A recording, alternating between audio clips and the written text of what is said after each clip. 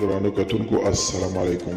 زه محمد سلمان همدرد د حق غږ پښتو چینل خبري لنډیز کې ستاسو قربا اوس تاسو پام را اړوم د مهمو خبرونو لنډیز.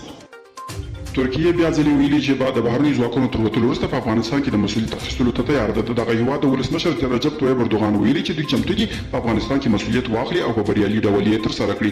د امریکا روغتیایي چارواکي وایي چې په افغانستان کې د پولیو واکسین د ویش په برخه کې خنډونه د اندېښنې وړ دي. د امریکا روغتیایي چارواکي په خبره د دې جدي اړتیا ده چې په افغانستان کې د پولیو واکسین وویشل شي.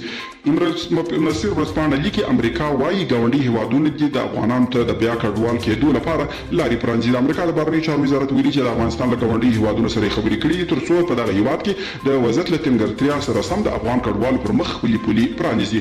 او په اسرائیلو کې تر 12 کاله وروسته د بنیامین نتنیاهو واکمنۍ پای ته ورسېده. د اسرائیلو د رژیم د پارلمان د رایو په نسبتي اکثریت په دغه هیواد کې نوی لومړی وزیر نفتالي بنت ټاکلی دی او هغه ته یې د کابینې له جوړولو سپارښتنه کړې ده.